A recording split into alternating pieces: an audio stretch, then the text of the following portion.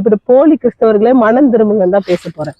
வேதத்தை நம்ம வாசிக்கிறோம், நல்ல சபைக்கு போறோம், பிரசங்கங்களை கேட்கிறோம், பிரசங்கம் பண்ண சொன்னா கூட நல்லா அழகா பிரசங்கம் பண்ணிடுவோம், ஜபம் பண்ணுகிறோம், ஊழியங்களை செய்கிறோம், தேவனுக்காக காரியங்களை செய்யறோம்னு சொல்றோம். ஆராதனை பண்ண சொன்னா நல்லா ஆக ஓகோன்னு ஆராதனை பண்ண முடியும், எல்லாமே நம்ம செய்யறோம்.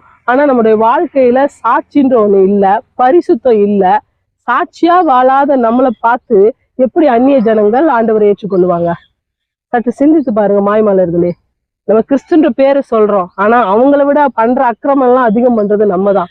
2 கொரிந்தியர் 5வது அதிகாரம் 17வது வசனத்துல சொல்லப்பட்டிருக்கிறது, ஒருவன் கிறிஸ்துவுக்குள் இருந்தால் அவன் புது சிருஷ்டியா இருக்கிறான், பழையவனை எல்லாம் ஒழிந்து போயின, எல்லாம் புதிதாயினு வசனம் சொல்லுது. உங்க வாழ்க்கையில உள்ள பழையவனை எல்லாம் ஒழிந்து போயிடுச்சா? பழைய பாவ பழக்க வழக்கங்களை விட்டு ஒழிந்து போனீங்களா? நீங்க பாவ பழக்க வழக்கங்களை விட்டு ஒழியல, உங்க சுபாவம் மாறல, நடவடிக்கை மாறல, பேச்சு